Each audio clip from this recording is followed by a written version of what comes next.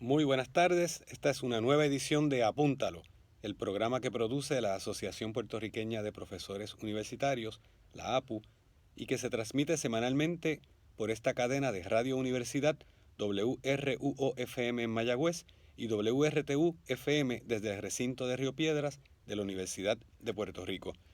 Les habla el profesor José Raúl Rivera Caballero del Departamento de Humanidades de la Universidad de Puerto Rico en Carolina. Deseo recordarles a todas y a todos los amigos que este espacio radial está disponible para la presentación de libros, de proyectos o de congresos que sean de interés para la comunidad universitaria y para el pueblo puertorriqueño. A estos efectos pueden comunicarse al teléfono 787-758-8232, 787-758-8232. Le damos la bienvenida hoy a las compañeras profesoras, la doctora Ethel Ríos, catedrática, ex rectora del recinto de Río Piedra. Bienvenida, compañera. Buenos días. Y a la compañera profesora Elvia Meléndez, catedrática del Departamento de Ciencias Ambientales y miembro del Centro de Ecología Aplicada y Conservación del Departamento de Ciencias Ambientales. De la Facultad de Naturales, buenos días. De la Facultad de Naturales. Y yo a la Facultad de Estudios Generales. Y la facultad. Bienvenidas y gracias por estar aquí con nosotros para hablar un ratito. El tema del programa de hoy es el glifosato, ¿verdad? El glifosato, que ha generado mucha controversia en estas últimas semanas en Puerto Rico. Es un tema que no es nuevo, pero es un tema del que estamos hablando mucho y es un tema del cual la universidad, en el cual la universidad se ha involucrado porque tenemos compañeros y compañeras que son miembros de nuestra comunidad que han tenido algo que decir sobre esto y que han tenido una influencia tanto en crear opinión pública como en las políticas públicas que se han estado decidiendo a nivel municipal. Últimamente, hace apenas unos días estábamos hablando de la ordenanza en el municipio de San Juan, en donde se prohíbe el uso de glifosato. Y entonces pues queremos comenzar un poquito, y yo creo que lo más sencillo es comenzar desde el principio, ¿no? Tratar de explicar, a veces se habla mucho de este tema, pero es poco lo que se conoce sobre él. Y quizás podemos, para tratar de entender la controversia, comenzar explicando qué es eso del glifosato. Bueno, el glifosato es una molécula pequeña, químicamente llamada del tipo de los fosfonatos, y se preparó por primera vez en el 1950 en una compañía farmacéutica suiza. Como no tuvo usos medicinales para la molécula, pues la compañía la vendió y la compró Monsanto. Ellos siguieron estudiando la molécula para ver en qué podían usarla y encontraron que era un buen herbicida, como se supone que digamos.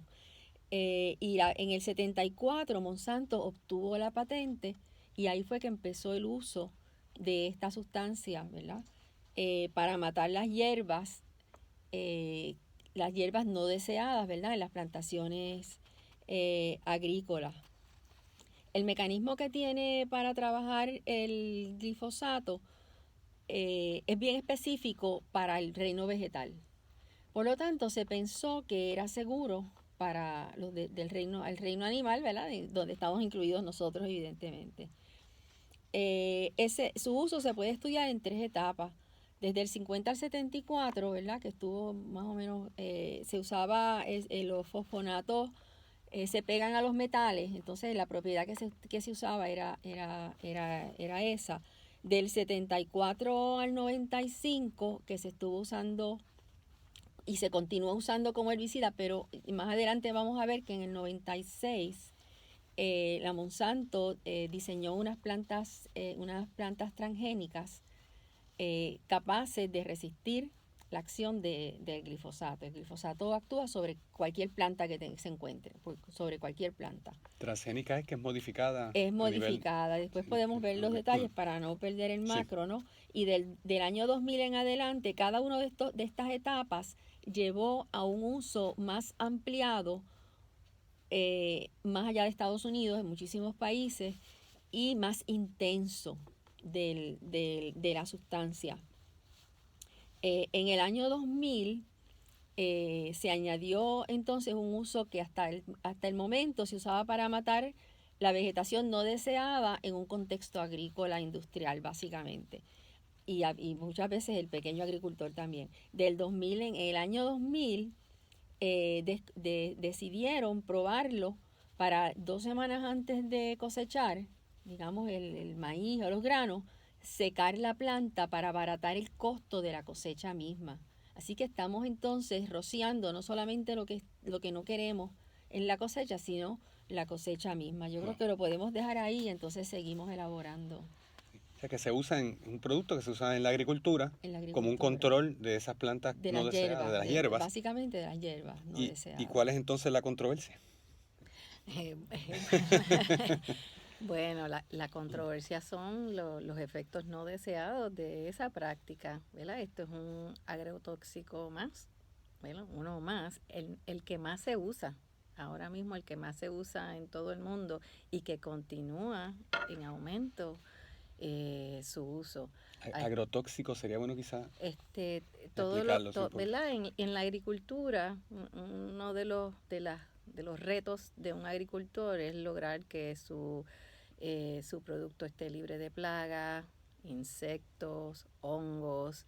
En el caso de las herbicidas, que es donde entra el glifosato, cuando uno cultiva la tierra, pone todos estos nutrientes, pues uno facilita la colonización también de otras plantas, ¿verdad? Hierbajos, maleza, que entonces se aprovechan de los nutrientes que hay allí.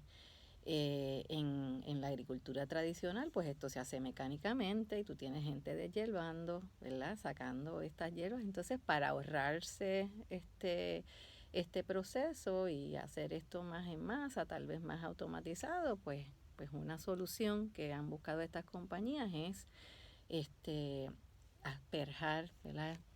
Regar, a veces por medios aéreos, grandes extensiones de terreno. Algo que de hecho no es el glifosato nada más, son los surfactantes que se les añaden a estas mezclas para que se peguen a las plantas. Entonces, esto con esta práctica que mencionó Ethel, de que no es solamente la hierba, que ahora también la usan para el secado de lo que te vas a comer, pues el resultado de eso ha sido que muchos de estos productos ahora contienen residuos de glifosato. En el alimento que se consume. En el alimento que se consume. Y entonces la regulación no es una regulación de si tiene o no tiene el producto, es de cuánto es el mínimo que nosotros vamos a consumir. Pero el uso ha estado acelerado tan impresionantemente que, digamos, por ejemplo, la soya, algo como la soya. Esta gente vegetariana que le dice voy a comer healthy, me voy a tofu para aquí, tofu para allá, pues mira, la mayor parte de la soya que se vende a nivel mundial tiene residuos de glifosato. Entonces, hay una cantidad de estudios que ¿verdad? Son meta-análisis de diferentes estudios científicos, sobre todo que se han amasado en los últimos 10 años, que la evidencia que recogen cada vez más no le dice circunstancial porque no es experimental, ¿verdad?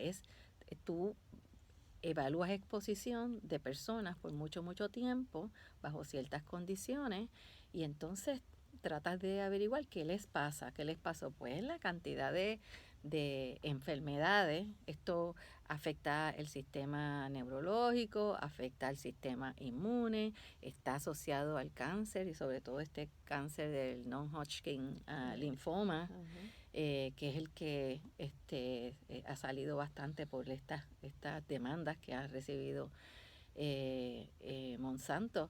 Pero entonces todo lo demás, imagínate una madre consumiendo frutas, vegetales, pensando que está teniendo una alimentación sana, y es en estos momentos del desarrollo del bebé que estos químicos pueden ser la diferencia entre tener a alguien con una condición de aprendizaje y no tenerla. Entonces son muchas, algunas bien dramáticas, y la mayoría tú las vienes a ver después de mucho tiempo de exposición. Es decir, que posible es conseguir un alimento libre de residuos de glifosato? Vamos a comenzar por aquí, porque me llamó mucho la atención decir, ya el argumento no es si hay o no hay, es cuánto hay. Es que se está poniendo bien difícil. Uno asume, ¿verdad? Uno asume que estos productos que están, hay varias categorías, están los que dicen orgánicos, y eso no quiere decir que está completamente libre, ¿verdad? Pero que el agricultor sigue unas prácticas que minimiza esos residuos. Hay unos alimentos también que dicen que no son GMO, que no son genéticamente modificados, y por lo menos eso le dice al consumidor, pues si no es genéticamente modificado, pues entonces de seguro no le aplicaron el glifosato, porque para poderle aplicar al glifosato a esos cultivos, ¿verdad? ¿Qué hace el glifosato?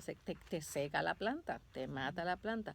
Pues tú tienes que tener un organismo, una planta que haya sido modificada para resistir eso. Que ese es otro gran tema. Eso es otro gran tema. Entonces es difícil esto del uso de agrotóxicos es tan y tan y tan extenso que entonces aún para los agricultores que tienen otra visión se les hace difícil porque tú no puedes controlar movimientos de polen de estas plantas a otros lados y que se entrecrucen con otros cultivos. Tú no puedes controlar dispersión de semillas. Entonces, si hay alguien echándolo desde un avión, es difícil. El producto. Sí, es difícil porque pues el viento, ¿verdad? Y sobre todo en los sitios agrícolas, sobre todo del área azul, que están en los llanos, en las costas, eso es un área que recibe mucho viento, y del norte también recibe mucho viento. Entonces si tú vives cerca de un sitio de actividad agrícola donde se aplican estas cosas, es imposible que no estés expuesto. Entonces, presumimos que vamos a estar expuestos a residuos de este producto. Y entonces, ¿cuál es la controversia? Nuevamente, si es un producto que es legal, si es un producto que se consigue en el mercado, si es un producto que está regulado, porque hay una controversia en cuanto a su uso. Vamos entonces a dos asuntos. A uno es el mercado, si es conveniente para la especie, para los humanos, que el mercado sea quien regule a lo que estamos expuestos, ¿verdad? Y eso hay que verlo en conjunción con las agencias que establecen la reglamentación, ¿verdad? Las llamadas agencias reguladoras. Y uno de los problemas que hay con eso es si estas agencias reguladoras están al servicio del bien común o si son susceptibles de tajureos, digamos. Influencias. De influencias, de una sectores palabra que más bonita, ¿cierto? Defienden el bien común. Pues no, si están de sectores que están defendiendo el ingreso, el valor de las acciones de las empresas en el mercado, ¿verdad? Cuando se suscitó el problema que todavía sigue muy vigente, el asunto de las cenizas, ¿verdad? Una de las áreas que investigamos fue la reglamentación. Parece una digresión, pero es un ejemplo que nos puede explicar parte de la confusión que tenemos. Una de las preguntas importantes con el asunto de las cenizas es, cuando llueve sobre la ceniza, ¿qué percola? Y eso se llama lixiviar, ¿verdad? Que es lo que sale al otro lado, la lixiviación. Para determinar si hay o no hay lixiviación, en el laboratorio se pueden hacer unas pruebas. Y esas pruebas tienen un protocolo. Pues los científicos de la EPA, para el 2009 fue que esto ocurrió, habían establecido un protocolo donde se hacían esos experimentos a una batería de distintas condiciones para aumentar la probabilidad de que no se me escape nada, ¿no? Si el agua estaba más ácida, si estaba menos ácida, poder averiguar. Esa reglamentación, para ser oficial, tenía que ser aprobada por el Congreso para que entrara, ¿verdad?, en los libros del Federal Code of Regulations. Cuando iba a ocurrir esto, la industria de los combustibles fósiles, a través de su cabildeo, y sabemos cómo funciona esto, ¿verdad? Ahora lo hemos visto muy de cerca ya en el Congreso de Estados Unidos, lograron impedir que ese reglamento que habían propuesto los científicos de carrera de la EPA se aprobara. Por lo tanto, al día de hoy, 10 años más tarde, todavía se sigue usando un método que ya los científicos habían decidido que no era un método apropiado. Así es que este asunto, el otro aspecto que tiene es lo que le llaman la puerta giratoria, de que personas que han sido gerentes y ejecutivos de la industria en los puestos de confianza, los puestos de carrera, ¿verdad? Siempre son más estables y más confiables, pero los llamados puestos que se nombran a discreción del ejecutivo entran a dirigir esta agencia. Creo que tú tenías unos ejemplos. Son gente que, el ejemplo de la EPA es el clásico. Primero estaba Scott Pruitt, que tuvo que salir en el 2000, el año pasado, por escándalo de corrupción. Era un cabildero de la industria de combustibles fósiles, específicamente de la industria del carbón, producción de energía por carbón.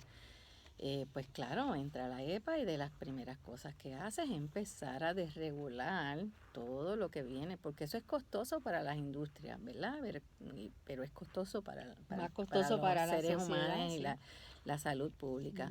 El otro que pusieron cuando sale Pruitt, Andrew Wheeler, también cabildero de la industria de la energía de combustibles fósiles, con la misma línea de Scott Pruitt de desregular, y están desregulando todo lo que tiene que ver con aire limpio, agua limpia, como no talcarse con esto del glifosato.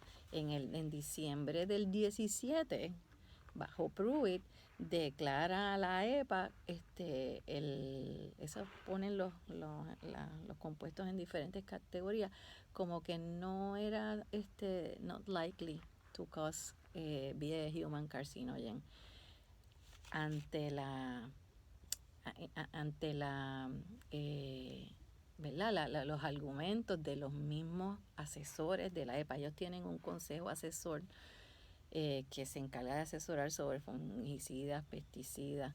El chair es de Pfizer, pero aún dentro de los mismos científicos de esa junta no hubo consenso y muchos estaban totalmente en desacuerdo de esa designación de que el glifosato is not likely a carcinogen, cuando ya la misma EPA lo había puesto como potencialmente carcinógeno, y hay agencias internacionales de la Organización Mundial de la Salud, la IARC, que es la institución que tiene que ver con la investigación sobre el cáncer, que ya la declaró como probablemente carcinógena.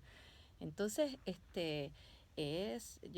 mi sentir, y no mi sentir, de hecho, la persona que ocupó la silla de la EPA antes, en la administración de Obama, Christine Todd, antes de Pruitt, dijo que pues esta administración en sus políticas está jugando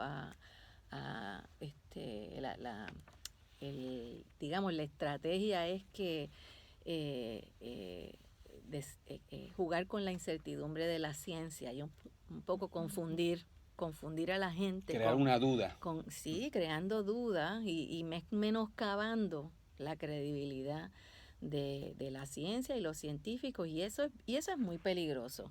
Eso es muy peligroso, porque la ciencia es un método, es 1, 2, 3, y los científicos tienden a ser muy precisos, muy cuidadosos con las conclusiones que hacen, y entonces se aprovechan de ese rigor. Sí, de ese rigor. Y de la incertidumbre que hay en estos issues que son complejos de investigar, para entonces curarse de salud hasta que no veamos algo que de verdad es bien, pero mientras tanto nos estamos exponiendo a todas estas cosas. Pero no es curarse de salud. Lo que ustedes están afirmando aquí es que hay suficiente, digamos, evidencia o razones para creer que la desregulación de ciertos productos, como en este caso está hablando de glifosato, obedece o puede obedecer a razones diferentes al del bien público, ¿no? Y de la salud pública. Definitivamente.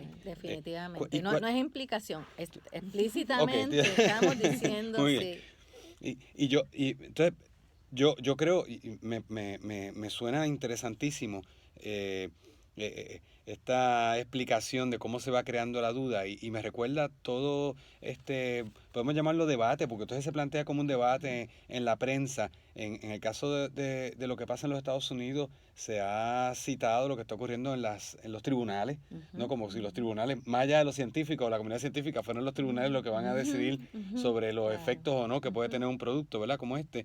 Y entonces eso contribuye justamente, me parece a mí, a crear esa duda de, bueno, pero hay unos que dicen que sí, otros dicen que no, es legal, después que sigas lo que dice en la etiqueta, ¿verdad? Pues debes estar bien, a pesar de que me parece irónico que Monsanto tiene un anuncio en donde le orienta lo que debería ser tarea del patrono, en todo caso, a los trabajadores que si están usando esos productos, que se quiten la ropa, que no más que en chicle, que no estén en contacto con las personas que aman, o sea, que están reconociendo que hay un peligro. ¿Cuál es la evidencia o hacia dónde apunta la evidencia? Lo mencionamos brevemente ahorita, pero yo creo que sería bueno insistir, ¿no? Este producto podría causar cáncer. ¿Qué otras enfermedades podrían ser causadas por la exposición? Hay un mínimo al cual uno se puede exponer que, ¿verdad? Que proteja a uno. ¿Cuál es la relación entre este producto y la salud? Muchas, Quizá, muchas sí, preguntas. Sí, ahí es preguntas a la bastante, vez, ¿verdad? pero regresando a cuando mencionamos qué es lo que es el glifosato, ¿verdad? Una de las cosas que mencionamos fue que actúa específicamente sobre el reino vegetal, ¿verdad? Entonces, parte de la campaña de sus productores, ¿verdad? De Monsanto es que no puede hacerle nada a los mamíferos, por ejemplo, donde entramos nosotros. Bueno, pues se ha encontrado que el glifosato afecta la flora intestinal, ¿verdad? Y pues por mucho tiempo uno, ya está el intestino, hace sus cosas, pero nunca se le dio muchísima atención, ¿verdad? Y en las últimas décadas se ha estado estudiando muchísimo la flora intestinal y eso ha llevado a detectar que la exposición al glifosato, ¿verdad? Y se han hecho estudios porque siempre dicen que los estudios epidemiológicos no le quieren hacer caso, ¿verdad? Que tienen que ser el trabajo experimental de laboratorio. Bueno, pues se ha hecho trabajo con ratas, con otros mamíferos en los laboratorios y se ha encontrado que la flora bacteriana cambia. Y no podemos olvidar que la importancia que tiene la flora bacteriana en el sistema inmune y tiene efectos en el sistema inmune y en el sistema nervioso de los mamíferos. Sí, Así es que ese puede ser el sí, voy a enlace, decir ¿verdad? que Sí. más allá de, ¿verdad? Esto es como, esto tiene propiedades, estos herbicidas tienen propiedades antibióticas y la flora intestinal es importante para nuestro funcionamiento, pero más allá de eso, sí hay muchos estudios con animales que demuestran un enlace en unos efectos detrimentales a los sistemas neurológicos, de comunicación, al comportamiento de esos animales, sobre todo en la literatura más reciente. Algo bien interesante, porque es que se da across the board en las diferentes ramas reguladoras, es que cuando tú ves los estudios que dan paso a la aprobación, son estudios anticuados, son estudios que, ¿verdad?, se aprueba y pasa mucho tiempo, se sigue Exacto. acumulando información, pero hay un desfase, un tiempo de retraso en la incorporación de esta información nueva y la reevaluación de estos productos. Y bueno, lo del enlace de el glifosato, la exposición de glifosato a cáncer y entonces es que hay muchos estudios, los metaanálisis se han dicho. Hay incluso un estudio comisionado por la EPA que hace metaanálisis y yo lo que no y que muestran, ¿verdad? Que muestran una tendencia a estos efectos detrimentales, pero a la hora de llegar a unas conclusiones los comités no tienen consenso, son comités asesores, no son comités que mandan, son comités asesores, y al final el último que tiene la palabra es el que, ¿verdad?, toma la decisión.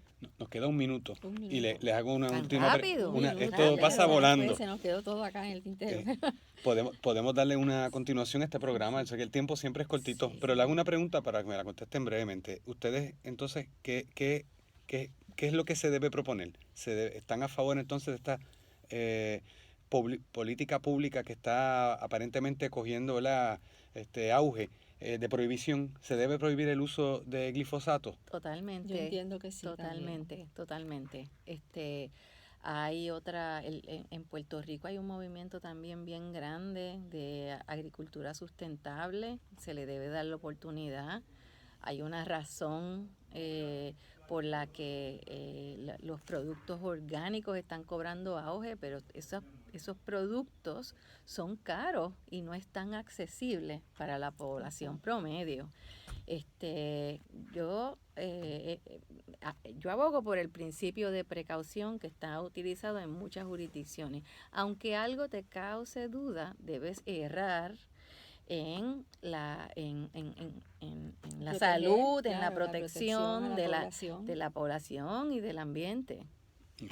Caramba, se nos acaba el tiempo, se nos acabó el tiempo. Yo le agradezco enormemente su amabilidad, su espacio, su tiempo, ¿verdad?, por estar aquí con nosotros. Gracias por ¿verdad?, en este espacio.